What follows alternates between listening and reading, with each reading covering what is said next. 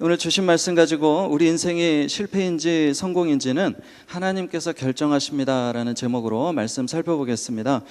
요즘 현대병 중에 마음의 감기라 불리는 우울증 있죠. 실제로 사회적인 이슈가 될 정도로 우울증이 좀 심각한 것이 사실인 것 같습니다. 우울증으로 인해서 많은 사회적인 부작용들이 계속해서 일어나고 있죠. 일단 우울증에 빠지게 되면요, 그러니까 완전히 빠지게 되면 병원 처방이나 어떤 전문가의 도움 없이는 거기서 빠져나오는 것이 굉장히 어려운 것 같습니다. 왜냐하면 마음도 몸도 병들었고 그다음에 그런 상태이기 때문에 자력으로 이렇게 우울증에서 빠져나온다는 것이 그렇게 쉽지 않기 때문일 것입니다.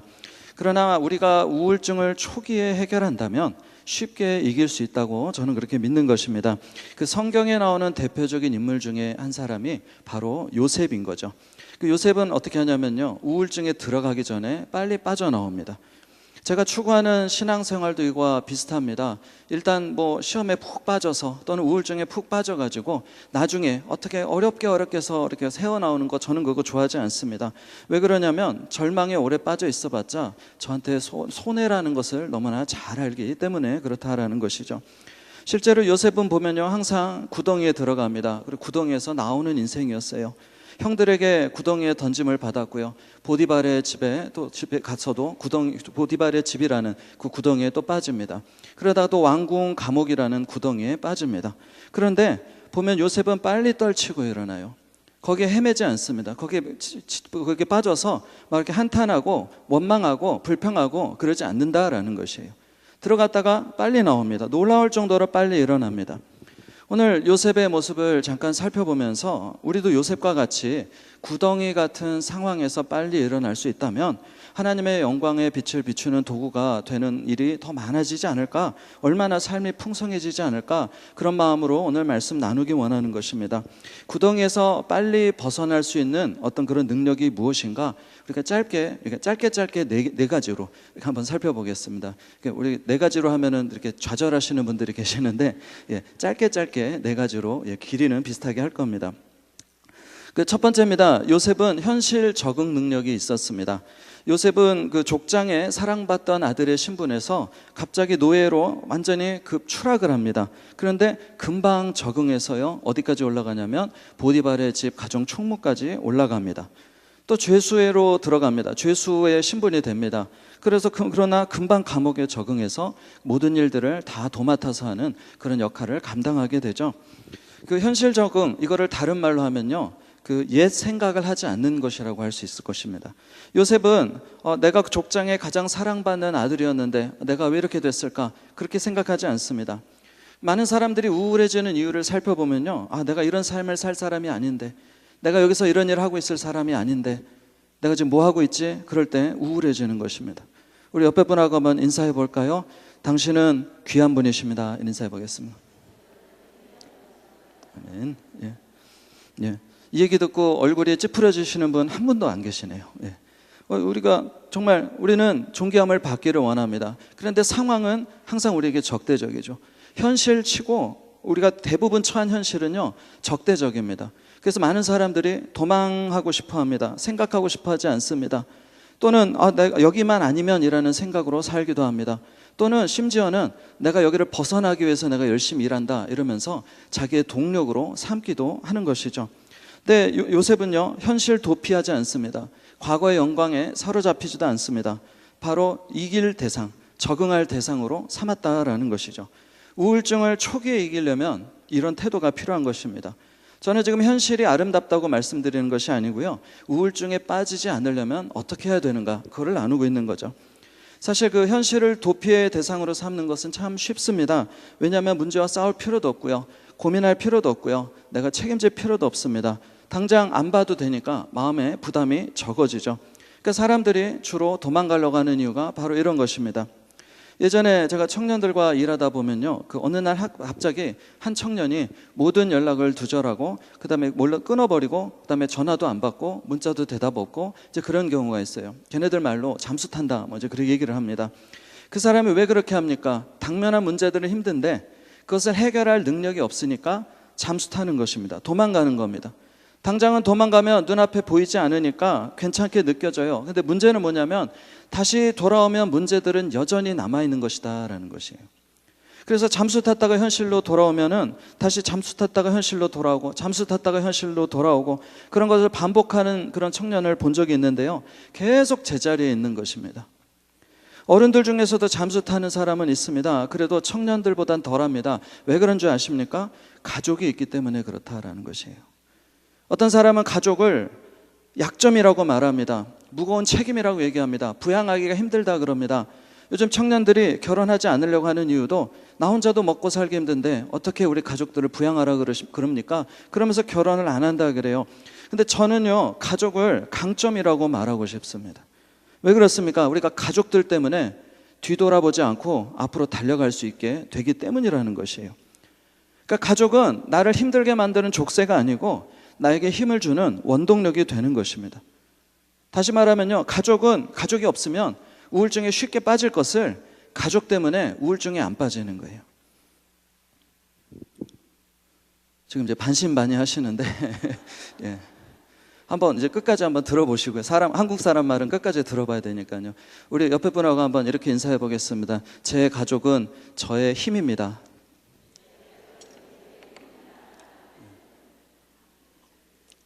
아까보다는 얼굴이 어두워지셨어요. 자, 우리가 요셉이 긍정적인 사고 때문에 자기가 처한 상황에 적응했다 이렇게 쉽게 그냥 1차원적으로 묵상하기가 쉽습니다. 근데 사람은요, 그렇게 의지가 강하지가 않아요. 오히려 요셉은요, 어떻게 적응할 수 있었나? 지켜야 될 게 있었습니다. 우리에게 지켜야 될 가족이 있었던 것처럼 요셉은 하나님을 정말 사랑하는 사람이었습니다. 그래서 요셉, 하나님이 허락하신 그 현실에서 하나님의 이름을 영광 돌리는지 못하지 않게 하기 위해서 하나님께 영광 돌리고자 하는 그 마음으로 현실에 적응한 것이었어요. 그리고 그 마음은 실제적인 능력으로 나타납니다. 포기하지 않습니다. 가정 총무까지 돼요. 그리고 가정 총무가 된 이후에도 요셉은 포기하지 않습니다. 그 증거가 뭐냐면 보디발의 아내가 유혹을 해도 넘어가지 않습니다. 우리는 어려울 때 인내한다고 생각합니다. 아니에요. 성공한 다음에도 인내하지 않으면 우리는 유혹에 걸려 넘어지는 것이에요. 어려울 때 인내하는 것보다 잘 될 때 인내하는 것이 훨씬 어렵습니다. 인내는 어려울 때만 하는 게 아니고 잘 될 때도 해야 되는 거예요. 그래서 마음을 지키는 인내는요, 우리가 지킬 것이 있을 때 쉬워지는 겁니다. 우리 흔히 이런 말이 있죠. 여성은 약해도 어머니는 강하다 그럽니다. 왜 그렇습니까? 자식이 있기 때문에 그래요. 지킬 게 있기 때문에 그래요. 남자도 마찬가지입니다. 남성은 약해도 아버지는 강합니다. 왜 그렇습니까? 가족이 있기 때문이라는 것이에요. 지킬 것이 있기 때문입니다. 현실은 힘듭니다. 그러나 이길 수 있습니다. 어떻게 해요? 하나님께서 지금 나에게 맡겨두신 것을 지키려고 할 때입니다. 그럴 때 도망가지 않게 되고요, 현실에 적응하게 되는 겁니다. 그러니까 우리가 지켜야 될 것은 짐이 아닌 거예요. 가족은 짐이 아닌 거예요. 나를 버티게 해주는 능력이다라는 것입니다. 우리가 이것을 모르면 그것만 없으면, 그 사람만 없으면, 이것만 어떻게 하면 좋겠다, 자꾸 이 말이 나오는 거예요. 한번 속으로 생각해 보세요. 내 입에서 어떤 말이 나오는가? 하나님, 오늘을 기대합니다. 하나님, 오늘을 하나님 이기게 해주세요. 이런 말이 나오는가? 아니면 하나님, 제발 그 사람 좀 어떻게 해주세요. 하나님, 제발 이 상황 좀 어떻게 해주세요. 이 기도가 나오는가? 한번 속으로 생각해 보세요. 저는 그래서 이렇게 감히 말씀드릴 수 있는 겁니다. 사명이 능력이라고 말씀드릴 수 있는 것입니다. 우리가 사명 감당할 때 이런 능력을 힘입게 되고요, 구덩이에서 나오는 삶을 살게 되는 것입니다. 한번 우리 옆에 분하고 얘기해 보겠습니다. 사명이 능력입니다. 아멘. 감사합니다. 두 번째입니다. 좀 안심하셔도 되겠죠. 이게 두 번째 벌써 들어왔어요. 자, 내 코가 석자여도요, 남을 도울 때 극복하게 된다라는 것이에요. 요셉, 하나님의 이름을 지키기 위해서 보디발의 아내의 유혹에 빠지지 않았다가 누명을 쓰고 왕궁 감옥에 들어갑니다. 이제 자기 코가 석자가 되어버렸어요. 원래 사람은 고난 가운데 있으면요, 타인 중심적으로 살지 않고요, 자기 중심적이 됩니다. 그거는 어쩔 수가 없어요. 고난이 주는 부정적인 효과입니다. 근데 문제는 자기 문제에 매몰된 사람치고 어떤 그 문제에서 벗어나는 경우는 거의 없다라는 것이에요. 오히려 반대로 다른 사람의 문제를 해결해 주다가 자기 문제의 해법을 발견하게 되는 경우가 오히려 훨씬 더 많습니다. 어떤 중소기업을 운영하던 사장님이 계셨습니다. 근데 이분이 그 사업에 어려움이 와서 실패했습니다. 부도가 났습니다. 가진 것을 다 잃었습니다. 그리고 이제 주머니에 지폐 몇 장, 1,000원짜리 몇 장 딱 남아 있었는데 마음을 먹습니다. 그래, 이렇게 살 거 뭐냐, 죽자. 그러면서 한강 다리로 가는 거예요. 세상에서 자기보다 더 처량한 사람이 있을까? 그렇게 생각이 낙심이 됐습니다. 근데 마침 길가에 거지가 구걸을 하고 있더래요. 그래서 뭐 죽는 마당에 돈이 무슨 소용이냐 그러면서 자기가 가진 거를 다 털어가지고 거지에게 줬습니다. 그랬더니 거지가 은혜를 받는 거예요. 얼마나 이게 웬 은혜인가. 그러면서 너무나 감사한 표정으로, 감격한 표정으로 이 사장님을 쳐다보더래요. 그러면서 너무 감사하다고, 아유 사장님 감사합니다. 사장인 줄은 어떻게 알았는지 모르겠어요. 사장님 감사합니다. 사장님 감사합니다. 근데 이때 이분이 깨닫는 거예요. 내가 이 지경이 되어도 남을 도울 수 있구나. 그래, 아직 나 죽지 않았어. 그러면서 분연히 떨치고 다시 일어나서 사업체를 일으켰다라는 그런 간증을 들었습니다. 대신방 기간이라 신방을 다니고 있는데요, 신방대원 한 분이 저에게 이런 얘기를 하시는 거예요. 신방간 가정들의 기도 제목을 듣고 그들을 위해서 같이 울고 또 같이 기도해 주다 보니까 이런 생각이 들더랍니다. 어떤 생각인가 했더니, 신방을 다니면서 내가 갖고 있는 문제는 문제도 아니구나, 이거를 깨닫게 됐대요. 그러고 나서 나는 내가 지금 우리 성도들을 위해서 더 기도해야 되겠다고. 저는 그분의 그 모습을 보면서 이분 정말 앞으로 더 전진하겠구나, 제가 그렇게 생각을 했었습니다. 다른 사람과 교류하기 전에는 내가 가장 힘들다고 생각하게 됩니다. 그러나 교류를 하다 보면요, 나만 당하는 고난이 아니구나, 최소한 나보다도 힘든 사람이 있구나, 이걸 알게 되는 것이에요. 우울증이 어떤 사람이 걸리는지 아십니까? 혼자 해결하려고 하다가 혼자 하다 보면 힘이 없으니까 그 문제에 또 덮여서 문제에 완전히 함몰되어서 그렇게 문제가 커 보이고 그렇게 하다가 우울증에 빠지게 된다라는 것이죠. 그래서 우울해지려고 할 때 어떻게 해야 됩니까? 친구들과 만나서 같이 밥 먹고 서로 힘이 되는 이야기를 하면요, 풀리게 되는 경우가 너무나 많습니다. 그래서 구역예배가 필요한 이유가 바로 이거고요, 성도의 교제가 필요한 이유가 바로 이거다라는 것이에요. 혹시 친한 사람이 없으면, 또는 사람과 친해지는데 좀 오래 걸리시는 분들이 있으면요, 그러면 이렇게 하면 됩니다. 봉사를 하나 시작을 하세요. 교회에서 사역을 하나 시작해 보세요. 그럴 때 우울한 감정이 사라지게 된다라는 것이죠. 요셉은 신세한탄하지 않았습니다. 오히려 사람들을 돕고 다닙니다. 오늘 읽진 않았지만 40장 5절 6절 제가 읽어드리겠습니다.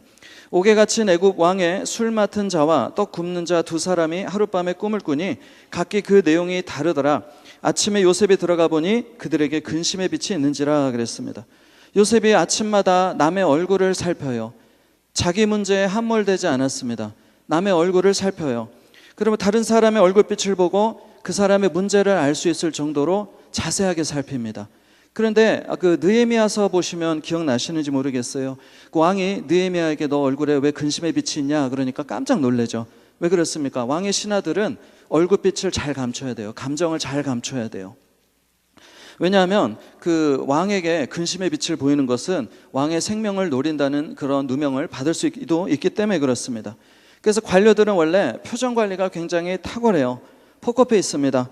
그런데 요셉은요, 그런 사람들의 세미한 얼굴 변화를 읽어낼 수 있을 정도로 관심을 가졌다라는 것이에요.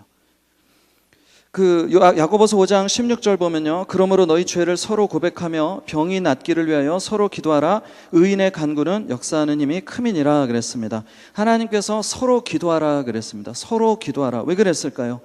여러 가지 이유가 있겠지만 오늘 우리가 발견한 이유는 우리가 서로를 위해서 기도할 때 우리가 현실에 파묻히지 않는다는 것을 아셨기 때문이다라는 것이에요. 우리가 살면서 어차피 평생 문제는 계속될 겁니다. 그럼 문제에 파묻혀서 사는 시간이 아까워져야 되는 것이에요. 어떻게 해야 됩니까? 서로 기도해주고 함께 걸어갈 때 문제에서 자유하게 되는 것이 오히려 더 훨씬 유익하다라는 것입니다.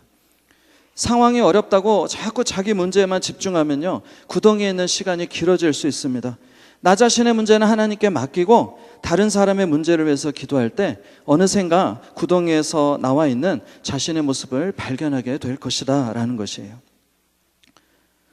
세 번째입니다. 사람에게 기대하지 말고 일을 해결하시는 하나님을 기대하라입니다. 제가 페이스북에서 본 내용입니다. 이런 글이었어요. 나를 배반한 것은 사람들이 아니라 내 기대였다, 이렇게 얘기를 합니다.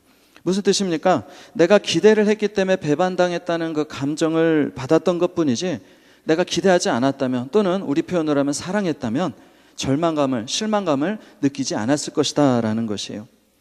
하나님께 훈련 받으면서 많은 훈련이 있지만 가장 중요한 훈련 과정 초기에 제가 배운 것 중에 하나가 뭐냐면요, 바로 이겁니다. 사람에게 너무 의지하지 않는 훈련을 많이 시키십니다. 요셉도 지금 기대했어요. 술 맡은 간원이 요셉의 해석대로 그 감옥을 나가게 됩니다. 하나님의 도우심으로 꿈 해석이 이루어진 것입니다. 그러자 요셉이 말해요. 창세기 40장 14절 15절 보면 이렇게 되어 있습니다. 당신이 잘 되시거든 나를 생각하고 내게 은혜를 베풀어서 내 사정을 바로에게 아뢰어 이 집에서 나를 건져주소서. 나는 히브리 땅에서 끌려온 자요 여기서도 옥에 갇힐 일은 행하지 아니하였나이다. 바로 이 부분이 성경에 나오는 몇 안 되는 요셉의 인간적인 모습이에요. 여기서 무엇을 알 수 있습니까? 요셉의 마음에도 아픔이 있었다라는 것이에요. 요셉도 사람이었다라는 것입니다. 단지 하나님의 이름을 지키기를 원했기 때문에 그 아픔을 뛰어넘으려고 애썼던 것뿐이지 특별한 초인이 아니었다라는 것이에요. 나중에 또 인간적인 모습이 나오죠. 형제들 앞에서 펑펑 웁니다. 큰 소리로 울어버립니다. 혹시라도 성경을 보면서 말씀을 들으면서 요셉은 요셉 아닙니까? 그런 마음이 있다면 이제 그만 핑계 대면 좋겠습니다. 이제 그만 도망가야 됩니다. 요셉도 힘든 가운데 이겨낸 사람 중에 한 명이었을 뿐이에요. 요셉이 첫째 아이를 낳고 하나님께서 자신이 겪은 고난과 또 고향을 잊게 해줬다는 뜻으로 므낫세라 이름을 지었다 그랬습니다. 요셉도 사람이었습니다. 사람에게 건 요셉의 기대는요 이제 이루어지지 않습니다. 술 맡은 관원장에게 이야기를 했던 것은 잊어버리죠. 언제까지 잊어버리냐면 2년 동안 잊어버립니다. 요셉 분명히 실망했을 겁니다. 또 한 번 낙심했을 겁니다. 그러나 중요한 점은 뭐냐면요, 절망하지 않아요. 계속 성실하게 자신에게 주어진 일을 합니다.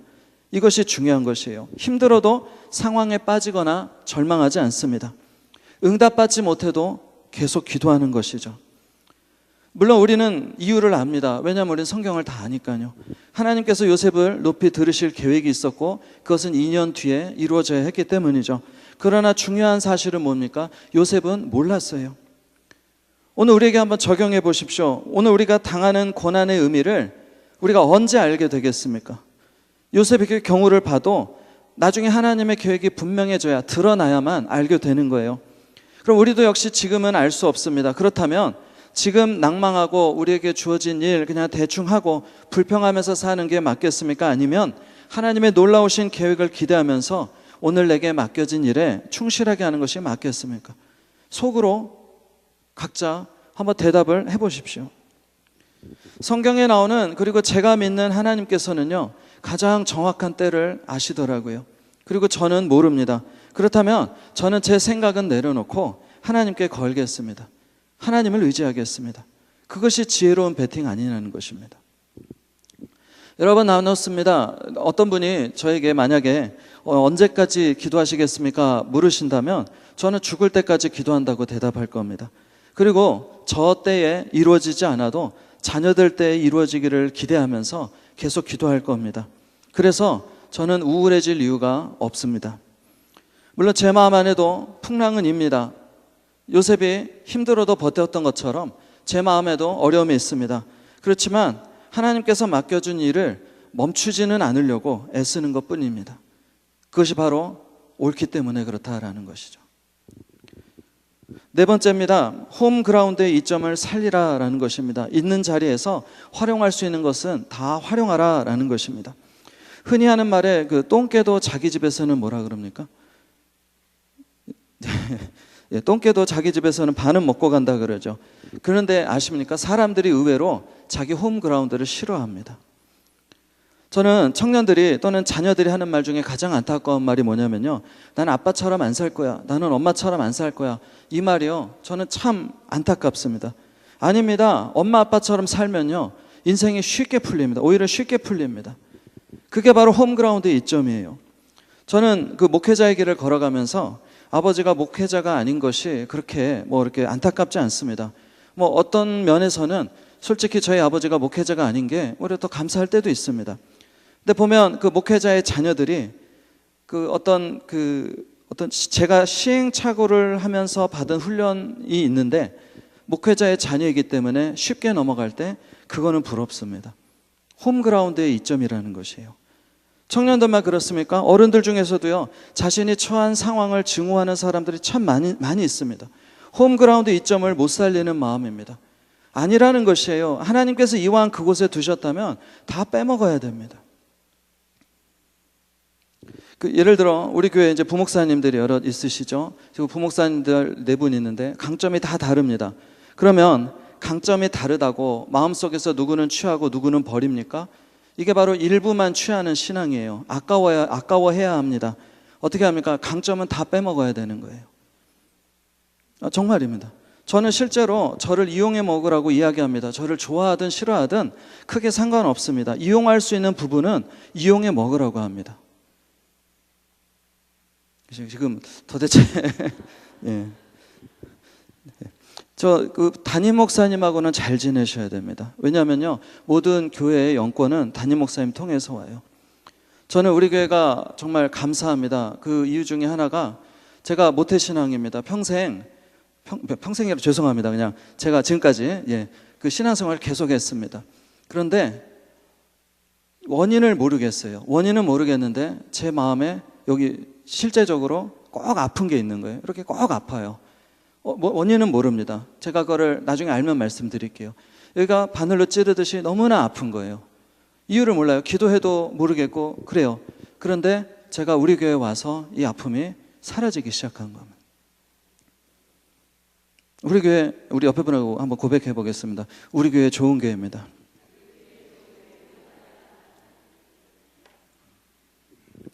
그러면서 제가 하나님의 은혜, 하나님과 조금 더 가까워지고요. 저는 우리 교회 참 좋아합니다. 네. 진심입니다. 네. 아멘 안 하신 분들은 안 좋아하시는. 저는 우리 교회 참 좋아합니다. 예, 감사합니다. 예. 그래서 뭐냐면 싫은 목사는 이용하지 않는 사람은요, 평범하게 살아요. 그죠? 보디발의 집 같은 부목사가 있을 수 있습니다. 그러면요, 요셉 같은 신자는요, 그걸 이용합니다. 근데 평범한 사람은 이용하지 않습니다. 딱 잘라버리죠. 왕궁 감옥 같은 부목사도요, 요셉 같은 신자는 이용합니다. 그러나 아닌 사람은 그냥 이용하지 않습니다. 요셉은 전부 이용했어요.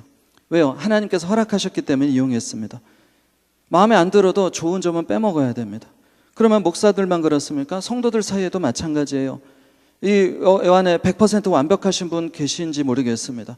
그럼 완벽하지 않으면 버리나요? 한 영혼이 천하보다 귀한데 버리나요? 다 활용해야죠. 나를 적대하던 사람들이 내 진심을 알고 내 편이 되게 만들어야죠. 미워도 인사하는 겁니다. 밥도 같이 먹는 겁니다. 또 같이 손 붙들고 기도하는 겁니다. 그럴 때 하나님의 놀라운 능력이 나타나게 되는 것이에요. 상황도 마찬가지입니다. 어떤 상황은 버리고 어떤 상황은 취합니까? 그러면 솔직히 우리가 받을 만한 상황이 몇 개나 되겠어요? 우리 삶 가운데서 몇 %나 우리가 받을 만한 상황이 되겠습니까? 언제 분량 채워서 하나님께 복 받을 겁니까? 취해야죠. 이용할 수 있는 건 다 이용해야죠. 우리 옆에 분하고 한번 이렇게 결단해 보겠습니다. 예, 다 빼먹읍시다. 지금 알아요. 얼굴이 되게 오묘해요. 이거는 은혜를 받은 것도 아니고 안 받은 것도 아니에요. 요셉에게 있어서 꿈은 계시였습니다. 하나님께서 부어주시는 보여주시는 드러내주시는 계시였어요. 오늘날 우리에게 주어진 계시의 말씀은, 계시는 하나님의 말씀이죠. 성경 말씀이죠. 우리가 말씀대로 순종했을 때 오히려 어려움 당하는 경우가 있습니다. 그런 말씀을 떠나야 되는가? 아니라는 것이죠. 왜요? 말씀만이 우리의 홈그라운드예요. 여기 수요 예배 나오실 정도 되시는 분들은 말씀이 내 능력이라는 것을 알고 있습니다. 하나님만이 답이라는 것을 알고 계셔요. 그럼 어떻게 합니까? 어려움이 오면 버려요? 아니죠. 더 붙들어야죠. 더 말씀 붙들어야죠. 우리에게 홈그라운드는 말씀이에요. 다른 종교에도 다른 건 다 있어요. 봉사도 있고요. 서로 아껴주고요. 챙겨주고요. 직장도 소개해주고 다 합니다. 우리 기독교에만 있는 게 뭐냐면 바로 말씀이다라는 것이에요. 유일한 차별성이에요. 그럼 말씀을 제일 잘 붙들어야죠. 홈그라운드 벗어나면요, 이점이 다 사라집니다. 신자 중에 이것저것 다 이렇게 시험해보고 깨닫게 되면 돌아오겠다는 분이 있습니다. 무식한 겁니다. 제가 그랬어요. 제가 그렇게 무식했습니다. 그래봤자 시간 되게 부족합니다. 그리고 저만 힘들어요. 제가 결혼하기 전에 인생 선배들에게 들었던 충고 중에 하나가 뭐냐면요, 결혼하기 전에 이 여자도 만나보고 저 여자도 만나보고 그래야 잘 선택할 수 있을 거야, 이렇게 합니다. 근데 제가 결혼을 하고 보니까요, 그 말처럼 웃기는 말이 없어요. 일단 물리적으로 시간이 부족합니다. 한 사람을 제대로 아는데 시간이 얼마나 걸리나요? 평생 걸려도 아나요? 대답을 해보세요. 네, 몰라요. 평생 걸려도 모릅니다. 그리고 동시에 여러 여자를 만나면 제대로 파악이나 가능할까요? 이름이나 안 헷갈리면 다행이지. 네. 저는 여러 여자를 만날 능력도 없고요. 그러다가 저의 안목이 정확할까요? 절대 아닙니다. 저는 그래서 결혼이 하나님께서 짝지어 주신 것이구나, 그걸 인정하게 됐어요. 인정 안 하시는 분들은 할 수 없습니다. 그래서 어떻게 합니까? 저희 아내도 완벽하지 않고 저도 완벽하지 않아요. 그래서 하나님이 짝지어주신 짝의 장점만 취하면서 살기로 결정한 겁니다. 시간이 부족해요. 인생 길지 않습니다. 이 일 하다가 저 일 하다가 다양하게 경험할 시간이 그렇게 많지 않아요. 하나님이 나에게 주신 사명 발견해서 집중해야 되는데 그 사명을 어떻게 발견합니까? 홈그라운드의 이점을 놓치지 않는 사람이 지혜로운 사람이에요. 다 빼먹고요, 다 이용하고요, 그다음에 좋은 것만 계속해서 취해야 된다라는 것이에요. 내게 주어진 것에 충실하기도 시간이 부족하다라는 것입니다. 우리는 너무나 쉽게 내 생각이 옳다라고 생각을 합니다. 그래서 절망하는 이유가 뭐예요? 내 생각대로 안 됐으니까 절망하는 거예요. 지금 하나님의 뜻이 틀렸다라고 하나님한테 항변하는 겁니다. 우리는 절망하면 안 돼요. 하나님을 믿는다면 절망하면 안 돼요. 감사합니다. 네. 우리가 이것이 믿어져야 우리에게 허락하신 상황 가운데서 제일 빨리 벗어날 수 있는 것이에요. 다시 한번 강조합니다. 우리는 몰라요. 하나님은 아셔요. 어디에 거시겠냐는 것이에요. 제가 이야기 하나 나누고 말씀 마치려고 합니다. 그 보험 전문 기자가 TV에 나와가지고 이렇게 이야기한 실제 사례예요. 남편과 이혼 후에 이제 혼자 지내던 김모 여인이 있었습니다. 설상가상 이제 유방암 3기라는 판정을 받게 돼요. 근데 이혼 후 이제 3년 만에 갑자기 전 남편 최 씨에게 연락이 옵니다. 그래서 간호해주겠다면서 이제 다시 재혼하자고, 재결합하자고 얘기를 해요. 우여곡절 끝에 이제 두 번째 결혼 생활을 시작합니다. 근데 이제 항상 친구들이 문제잖아요. 이 김모 여인의 친구들이 이제 바람을 넣는 거예요. 수상하다. 남편에게 뭔가 꿍꿍이가 있다. 왜 갑자기 또 돌아오는가? 우연의 일치인지 김모 여인은 암 사망 보험에 들어 있었어요. 남편을 의심합니다. 보니까 진짜 의심스러워요. 실제로 재결합한 이유가 나의 보험금을 노린 게 아닌가 싶을 정도로 막 어느 날 몰래 사라지기 일쑤고요. 그다음에 직장까지 그만뒀어요. 알고 보니까 보험금 때문이다. 이제 결론을 내리고 이제 복수를 이제 계획을 합니다. 그래서 어떻게 하냐면 남편의 모든 재산을 탕진하고 죽자. 그래가지고 여보 내가 죽기 전에 살고 싶은 집이 있어. 그래서 월세 2천만 원짜리 집을 이렇게 이사합니다. 고급 외제차도 이제 삽니다. 온갖 사치를 다 합니다. 남편의 그 통장 잔고가 내려갈수록 통쾌함을 느끼는 거예요. 근데 6개월이 지났는데요. 어느 날 갑자기 딱 봤는데 남편이 깨어나지를 않는 거예요. 알고 보니까 죽었어요. 췌장암 투병 중이었습니다. 아내에게 찾아온 진짜 이유는요, 원래 이혼했던 이유가 극심한 시집살이 때문에 그랬어요. 시댁 식구들 때문에. 어려운 그 결혼 생활로 인해서 고생만 하던 아내를 위해서 어쩔 수 없이 이혼을 했는데 그 아내에게 미안해서 자기가 죽기 전에 아내에게 보험금을 타게 해주려고 다시 재결합하자고 했던 것입니다. 남편은 평소에 마르고 까무잡잡한 피부였기 때문에 병색을 전혀 눈치채지 못했어요. 그러니 얼마나 미안하던지 그 남편의 진심을 알고 그 영정사진을 끌어안고 펑펑 울었다라는 실화입니다. 우리는 한 사람의 마음도 잘 모릅니다. 우리가 어떻게 안다고 자신할 수 있습니까? 지금 우리에게 하나님이 맡기신 그 사명들이 있습니다. 가정이 있습니다. 직장이 있습니다. 교회가 있습니다. 그게 정답인지 아닌지 어떻게 알겠냐는 것이에요. 내 인생이 실패인지 성공인지 어떻게 그렇게 자신하냐는 것입니다.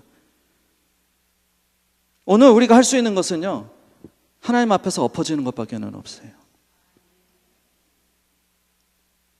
내 인생이 실패인지 성공인지 하나님만 아십니다. 그러나 하나님, 자녀를 절대 버리지 아니하신다 하셨는데 하나님, 저도 버리지 않으실 거죠. 하나님 믿고 내일 다시 한번 살아가게 하여 주시옵소서. 지금 같이 살고 있는 분의 마음 안다고 어떻게 자부하십니까? 지금 하고 있는 일 하나님께서 열어주셨다고 좋아했다면 왜 어려움이 오면 하나님 왜 저한테 이러시냐고 다르게 판단하십니까? 어려움이 온다고 바뀌는 우리 생각을 믿으실 겁니까? 아니면 변함없는 하나님의 말씀을 믿으실 겁니까? 오늘 우리는요, 하나님께서 주시는 그 약속의 말씀을 붙들어야 됩니다. 그것 말고는 다른 방법이 없어요. 하나님만 붙들어야 됩니다. 하나님이 우리의 홈그라운드이시고요, 하나님이 주시는 말씀만이 변하지 않는 것을 믿으시기를 주님의 이름으로 부탁을 드립니다.